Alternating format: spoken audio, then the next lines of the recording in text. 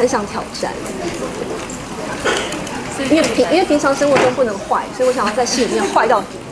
之后觉得自己身体的状态有没有变得更好？我觉得是变得更懒，就更不想出来工作。对啊，那身体状态，我想应该有吧，因为至少就比较不会熬夜什么的。对，然后就每天瘫在沙发上当一个灰尘，我觉得还挺舒服的。我会想念拍戏的那个时候。现在想要拍戏就觉得有点恐慌，对，会有点恐慌，因为又要想到那种就是一大早出门啊，或者晚上半夜凌晨回家啊，可能睡几个小时，卸个妆，然后又要出门的日子，其实是有一点恐慌，因为可能太懒散了吧。其实我真的变胖，因为就像我刚刚讲的，因为就是之前只要上镜头，你每天看自己播出，你就会觉得说，哇，这里不够瘦，那里不够好看，所以每天都会告诉你自己要少吃。然后我每天早上起床上班之前，我都要提早3个小时，然后我要起来提早3小时起床，然后我要运动，然后要跑半小时，然后就是开始喝咖啡让自己消肿。所以其实拍戏的时候状态是比较好的啦，就是会维持，会告诉自己要警戒。那现在我就是每天叫外送，然后每天就是瘫在沙发上，所以就懒散了一点。几公斤啊？真的看不出来。应该至少也有3公斤以上吧，因为我今天穿衣服就是肉都收得很好。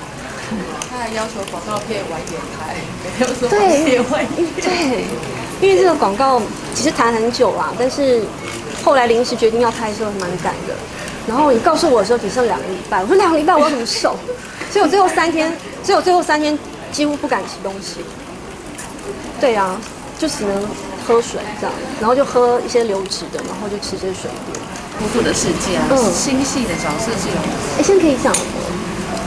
其实因为我们还没有办法100%确定啦，但是我们现在初步谈的状况就是，他们希望就是下一部新的8点档就是可以有一个就是完全的新的改变，新的形态，可能就不是以往那种我们可能要降低一些年龄层去演比较青春爱情啊，或者是偶像那种感觉，因为可能就会觉得说 KK 的吧。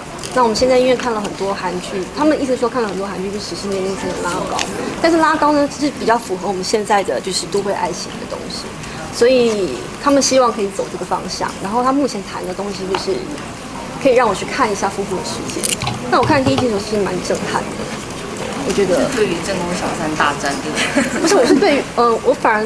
因为其实那是很普通的素材，只是我觉得他很厉害，就是在第1集里面把所有事情都铺完破梗。那我觉得像这种很快速、快节奏的一个戏剧，在目前台湾好像比较没有，然后让我就觉得蛮震撼的。对，演小三还是正宫？我想演小三，然后有点坏，还主动挑衅。因为我从以前到现在，就是电视台长官们都很疼我，然后不让我演太烦的东西。但其实我是很叛逆的，我觉得我很想挑战。